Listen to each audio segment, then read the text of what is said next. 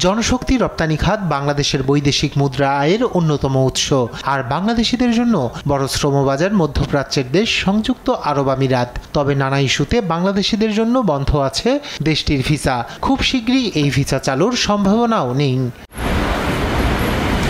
সম্প্রতি আমিরাতে প্রবাসী সাংবাদিকদের সংগঠন বাংলাদেশ প্রেস ক্লাব ইউএইর সঙ্গে মতবিনিময় সভায় এসব কথা বলেন দেশটিতে নিযুক্ত বাংলাদেশের রাষ্ট্রদূত তারেক আহমদ। এ সময় ভিসা জটিলতা নিয়ে আলোচনার পাশাপাশি প্রবাসী বাংলাদেশিদের কনসুলেট সেবা সহজীকরণের কথাও জানান তিনি।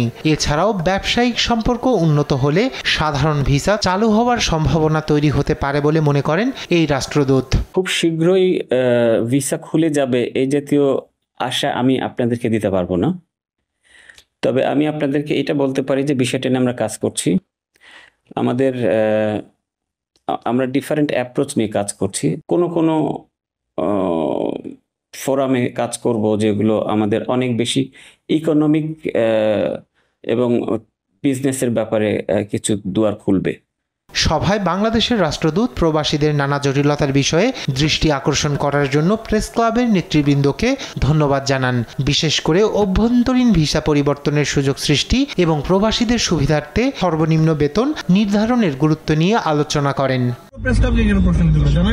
প্রবাসীদের স্বার্থে সঠিক তথ্য নিশ্চিত করার জন্য সংবাদ মাধ্যমের সহযোগিতাও কামনা করেন তিনি।